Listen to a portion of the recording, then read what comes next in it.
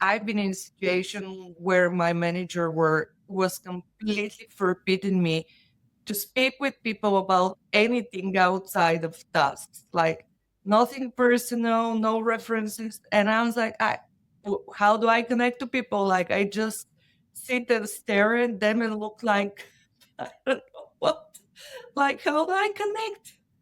That's Okay. not a that's not a relationship, is it? How can you build a professional relationship with someone if you're only ever talking about the task in hand?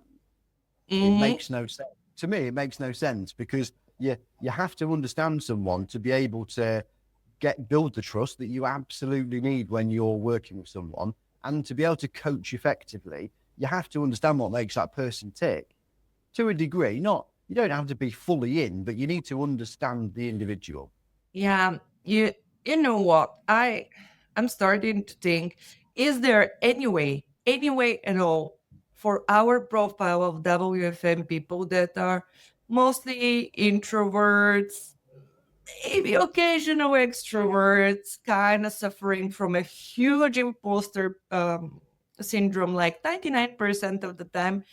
Is it possible to develop salesy qualities so we can start selling our story better, to get that confidence to present ourselves better to senior management?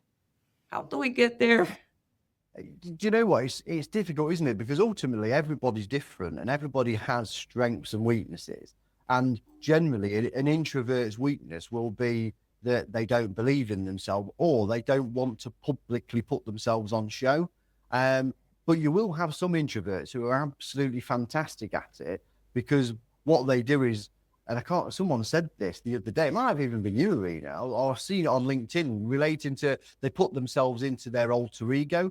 So they pretend they're someone else when they're in a situation they're not comfortable with, because Oh, that's the only way they can get themselves across in a positive, professional way. And I can't remember who it was now, but I saw it was on LinkedIn only this last week. So it's about becoming your alter ego. That's one element to do it. The other element, though, for me is as a WFM specialist, that person is the expert in the room. So another great piece of advice that I got from one of my colleagues only a couple of weeks ago and was having a conversation about presenting is if you think you are the expert in the room, you will automatically be a bit more comfortable in that situation because you know everything that there is to know about what you're going to say.